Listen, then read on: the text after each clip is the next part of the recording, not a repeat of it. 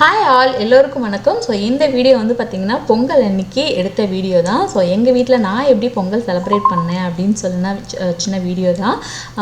இந்த வீடியோ எடுக்கிறது வந்து பார்த்திங்கன்னா வீடியோ வந்து கொஞ்சம் ஷேக் ஆகி தான் வரும். ஏன்னா நான் வந்து ட்ரைபேட் வந்து எடுத்துகிட்டு போகல நான் ஊருக்கு போகிறப்ப. இது வந்து எங்கள் வீட்டில், அதாவது எங்கள் ஊரில் எடுத்த வீடியோ தான். ட்ரைபேட் எடுத்துகிட்டு போகாததுனால அப்பப்போக்கி வந்து எடுத்துகிட்டு இருந்தேன். என்னுடைய பொண்ணு தான் வந்து அப்பப்போக்கி கொஞ்சம் வந்து ஃபோக்கஸ் பண்ணால். ஸோ அதனால் கொஞ்சம் ஷேக் ஆகிட்டே இருக்கும், அட்ஜஸ்ட் பண்ணிக்கோங்க. ஸோ வந்து பார்த்திங்கன்னா ஸ்வீட் பொங்கல், அடுத்து வந்து பார்த்திங்கன்னா வெண்பொங்கல், இது ரெண்டுமே தான் வந்து நான் வச்சுருந்தேன். ஸ்வீட் பொங்கல் வந்து பார்த்திங்கன்னா கொஞ்சம் கம்மியாகவே பண்ணிக்கலாம் அப்படின்னு சொல்லிட்டு ஸ்வீட் பொங்கல் கம்மியாக தான் நான் பிளான் பண்ணியிருந்தேன். ஒயிட் பொங்கல் வந்து கொஞ்சம் கூட பண்ணியிருந்தேன் நான். அடுத்து வந்து பார்த்திங்கன்னா வடைக்கும் வந்து நான் ஊற வச்சுருந்தேன். உளுந்து வந்து ஊற வச்சுருந்தேன், உளுந்தும் பச்சரிசியும் சேர்த்து ஊற வச்சுருந்தேன். இந்த பொங்கல் வந்து எனக்கு ஃபஸ்ட் நல்லா பொங்கி வர்றதுக்காக நம்ம என்ன பண்ணுவோம்னா, ஃபஸ்ட்டு கொஞ்சமாக வந்து கல்லுப்பு போட்டுட்டு, அதாவது எம்டி பாத்திரத்தில் கொஞ்சமாக கல்லுப்பு போட்டுட்டு, பாத்திரம் நல்லா சூடானதுக்கப்புறம் கொஞ்சமாக கல்லுப்பு போட்டதுக்கப்புறம் அரிசி கழுவின தண்ணியையும் பாலையும் சேர்த்து மிக்ஸ் பண்ணிவிட்டு ஒரு அந்த பாத்திரத்தில் முக்கால் அளவு வச்சிட்டோம்னா அது அழகாக பொங்கி வரும் அப்படின்னு சொல்லுவாங்க. ஸோ நானும் அதே மாதிரி தான் நான் பண்ணியிருந்தேன். ஸ்வீட் பொங்கலுக்கு வந்து பார்த்திங்கன்னா பச்சரிசியையும் பாசிப்பயிரையும் நல்லா வாஷ் பண்ணிவிட்டு கொஞ்சம் நேரம் ஊற வச்சுருந்தேன், அந்த பால் பொங்குற வரையிலும். ஏன்னா அப்போ தான் வந்து பார்த்திங்கன்னா நல்லா குக்காகி வரும். எங்கிட்ட வந்து ஒயிட் பொங்கலுக்கும் நல்லா பொங்கி வந்தது. ரெண்டுமே வந்து 1 by 1 கரெக்டாக வந்திருந்தது. ஸோ எல்லாருமே ஹாப்பியாக இருந்தோம். வீட்டில் இருக்கவங்க எல்லாருமே என்ன பண்ணாங்க, பால் பொங்கி வரதை பார்க்கணும் அப்படின்ட்டு எல்லாம் தூங்கி எழுந்துச்சு. எல்லாம் வந்து நின்று பார்த்துட்டு இருந்தாங்க. எல்லாம் பொங்கலோ பொங்கல் பொங்கலோ பொங்கல் அப்படின்னு சொல்லிட்டு நல்லா செலிப்ரேட் பண்ணிட்டு இருந்தாங்க. ஜாலியாக இருந்தது. அடுத்து வந்து பார்த்திங்கன்னா பொங்கலுக்கு வந்து ரைஸ் போட்டாச்சு. அங்கே ஒயிட் பொங்கலுக்கு வந்து ரைஸ் போட்டுட்டேன் நான். மோஸ்ட்லி வந்து நான் வந்து ஸ்வீட் பொங்கலுக்கு வந்து பார்த்திங்கன்னா எல்லாருமே வந்து அந்த தேங்காவை வந்து குட்டி குட்டியாக கட் பண்ணி போடுவாங்க.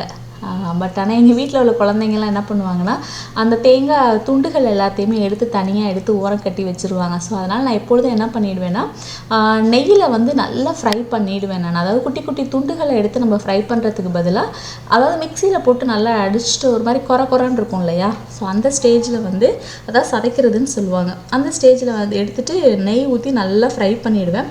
அப்போ சாதத்தோடு மிக்ஸ் ஆகும்போது அவங்களால தேங்காவை வந்து எடுத்து போட முடியாது. ஸோ தேங்காய் போடாமலும் வைக்கலாம், பட் தேங்காய் போட்டால் இன்னும் கொஞ்சம் டேஸ்ட்டாக இருக்கும். ஸோ வெல்லம் வந்து பார்த்திங்கன்னா எனக்கு ஒரு மாதிரி லைட் கலரில் தான் கிடச்சிது. நல்லா டார்க் கலரில் இருந்துச்சுன்னா அந்த பொங்கல் டார்க் கலரில் இருக்கும்போது ரொம்ப சூப்பராக இருக்கும். சரி ஓகே அப்படின்னு சொல்லிவிட்டு நானும் அந்த வெல்லத்தை எல்லாத்தையுமே நல்லா நொறுக்கி போட்டாச்சு. அதுக்கப்புறம் அந்த தேங்காவையும் நல்லா ஃப்ரை பண்ணி போட்டுட்டு முந்திரி பருப்பு எல்லாத்தையுமே ஃப்ரை பண்ணி போட்டு எடுத்துட்டேன் நான். ஸோ எல்லாமே முடிஞ்சதுக்கப்புறம் வந்து பார்த்திங்கன்னா ப்ரேயர் பண்ணணும் அப்படின்னு சொல்லிட்டு எல்லாத்தையும் எடுத்து கொண்டு போய் வச்சு ப்ரேயர் பண்ணோம். ஸோ குழந்தைங்களாம் ரொம்ப ஆசைப்பட்டாங்க கோலம் போடணும், டெக்கரேட்டிவாக வைக்கணும் அப்படின்னு சொல்லிட்டு. ஏன்னா அவங்க ஸ்கூலில் வந்து பொங்கல் செலிப்ரேஷன் பண்ணும்போது நிறைய பெரிய கோலம்லாம் போட்டு கரும்பெல்லாம் வச்சு செலிப்ரேட் பண்ணியிருக்காங்க. ஸோ அதெல்லாம் வந்து அவங்க பார்த்துட்டு, ஸோ நம்ம வீட்டிலே நம்மளும் அதே மாதிரி பண்ணணும் அப்படின்னு சொல்லி ரொம்ப ரெக்வஸ்ட் பண்ணி கேட்டதுனால ஸோ அழகாக வந்து கோலம்லாம் போட்டோம் நம்ம. நான் வந்து பார்த்திங்கன்னா இந்த ஒயிட் பொங்கலுக்கு வந்து பட்டர் தான் நான் போடுவேன் நான். அதாவது நெய் போட மாட்டேன். பட்டர் போடும்போது ரொம்ப நல்லாயிருக்கும். அதாவது நேரம் ஆக ஆக ரொம்ப அப்படியே இறுகமாக ஆகிடும். அப்போ நம்ம பட்டர் போட்டோம்னா வச்சுக்கோங்களேன், அந்த ரொம்ப இறுகிற மாதிரி இருக்காது, நல்லா சாஃப்டாக இருக்கும். இது ஒரு சின்ன டிப்பு.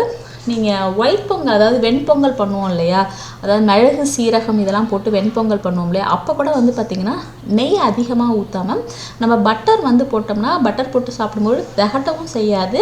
அதே நேரத்தில் பொங்கல் வந்து சீக்கிரமாக இறுகிடாது. அப்படியே இறுகினாலும் அது கொஞ்சம் நல்லா சாஃப்டாக தான் இருக்கும் அது. அதனால் பட்டர் யூஸ் பண்ணுங்கள், ரொம்ப டேஸ்ட்டாகவும் இருக்கும். இது வந்து ஒரு சின்ன டிப்பு தான். ஸோ நானும் வந்து ஒயிட் பொங்கலுக்கு வந்து பார்த்திங்கன்னா அந்த பட்டர் தான் நான் போட்டிருந்தேன். போட்டுட்டு அதுக்கு வந்து தேங்காய் போடலை, ஸ்வீட் பொங்கலுக்கு மட்டும்தான் முந்திரியும் தேங்காயும் நல்லா ஃப்ரை பண்ணிவிட்டு போட்டோம்னா நல்லா டேஸ்ட்டாகவும் இருக்கும். குழந்தைங்க அதை தனியாகவும் பிரித்து எடுக்க மாட்டாங்க. ஸோ அதனால் போட்டு எடுத்துகிட்டு அழகாக ஒரு சின்னதாக ஒரு கோலம் போட்டு டெக்கரேட்டிவாக பண்ணோம்.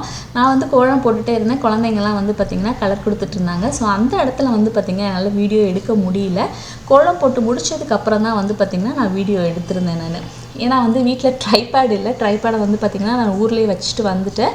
ஸோ குழந்தைங்களும் கலர்லாம் கொடுத்துட்டு இருந்ததுனால யாராலையும் அதை வந்து ஃபோக்கஸ் பண்ண முடியல. சரின்ட்டு லைட்டாக கோலம்லாம் போட்டுட்டு அப்புறம் விளக்கெல்லாம் நல்லா வாஷ் பண்ணி வச்சுட்டு எல்லாருமே விளக்கு ஏற்றணும். குழந்தைங்க ஃபஸ்ட்டு வந்து பெரிய பாப்பா, சின்ன பாப்பா, அடுத்து ஹஸ்பண்ட், அடுத்து நான், எல்லாருமே இந்த மாதிரி விளக்கெல்லாம் ஏற்றிட்டு நல்லா ப்ரேயர் பண்ணிட்டு சாப்பிட ஆரம்பிச்சிட்டோம். அதுக்கு இடையிலே வந்து பார்த்திங்கன்னா அந்த குழம்பும் வைக்க ஆரம்பிச்சிட்டேன். 9 காய்கறிகள் போட்டு வச்சு, அதாவது மொச்சக்காய், பரங்கிக்காய், பூசணிக்காய், அடுத்து சக்கரவள்ளி கிழங்கு, கத்திரிக்காய், வாழைக்காய், அவரைக்காய், உருளைக்கிழங்கு, கேரட் இது எல்லாமே போட்டோம். இதில் வந்து பார்த்திங்கன்னா நம்ம நெல்லிக்காய் போட்டோம்னா இன்னும் ரொம்ப சூப்பராக இருக்கும். பட் நெல்லிக்காய் வந்து எனக்கு அங்கே கிடைக்கல. நாங்கள் ரொம்ப லேட் நைட்டு தான் நாங்கள் அங்கே போனோம் பர்ச்சேஸ்க்கு, வெஜிடபிள் பர்ச்சேஸ்க்கு. ஸோ அதனால் கிடைக்கல. ஸோ நான் வெஜிடபிள்ஸ்லாம் கட் பண்ணி கொடுத்துட்ருந்தேன்னா காலையில் ஏர்லி மார்னிங்கே எழுந்துச்சு எல்லாம் பண்ணனால ரொம்ப டயர்டாக இருந்தது. ஸோ அதனால் ஹஸ்பண்ட் என்ன பண்ணாங்க, டீ போட்டு 2 பேரும் குடிச்சிட்டு இருந்தோம். குழந்தைங்க அங்கிட்ட என்ன பண்ணிட்டு இருந்தாங்கன்னா ரொம்ப ஜாலியாக விளையாண்டுட்டு இருந்தாங்க. அதாவது கட் அண்ட் சிசர்ஸ் வெயிட்டு விளையாடுவாங்க இல்லையா, ஸோ அதை வச்சு ரொம்ப 2 பேரும் ரொம்ப ஜாலியாக விளையாண்டுட்டு இருந்தாங்க. பார்க்குறதுக்கே ரொம்ப அழகாக இருந்தது. ஸோ இந்த காய்கறிகள் எல்லாத்தையுமே பார்த்திங்கன்னா பருப்பை வந்து தனியாக வேக வச்சுட்டேன். பருப்பு வேக வைக்கும்போதே அதில் வந்து பூண்டு, சின்ன வெங்காயம், தக்காளி, பெருங்காயத்தூள் இதெல்லாம் போட்டு நல்லா வேக வச்சுட்டேன் குக்கரில் போட்டுட்டு. அடுத்து காய் வந்து அந்த குழம்பு தாளிக்கும் போது கொஞ்சமாக கடுகு, வெந்தயம், சீரகம், வெங்காயம் கொஞ்சமாக போட்டு வதக்கிட்டு நம்ம கட் பண்ணி வச்சுருந்த எல்லா காய்கறிகளையும் அதில் போட்டு அந்த எண்ணெயிலே ஒரு வாட்டி நல்லா வதக்கி எடுத்துக்கணும். அப்படி வதக்கி எடுக்கும்போது அது வந்து ஒரு தனி டேஸ்ட்டாக இருக்கும். நம்ம நார்மலாக வந்து காயை போட்டுட்டு தண்ணி ஊற்றி வேக வைக்கிறதுக்கும் அந்த எண்ணெயிலே வந்து பார்த்திங்கன்னா கொஞ்சம் ரோஸ்ட் பண்ணணும். அந்த காய்கறிகள் எல்லாத்தையும் கொஞ்சம் ரோஸ்ட் பண்ணிவிட்டு அதுக்கப்புறம் தண்ணி ஊற்றி வேக வச்சோம்னா அதோடைய காய்கறிகளுடைய டேஸ்ட்டும் ரொம்ப சூப்பராக இருக்கும். குழம்புடைய டேஸ்ட்டும் வந்து பார்த்திங்கன்னா ரொம்ப சூப்பராக இருக்கும்.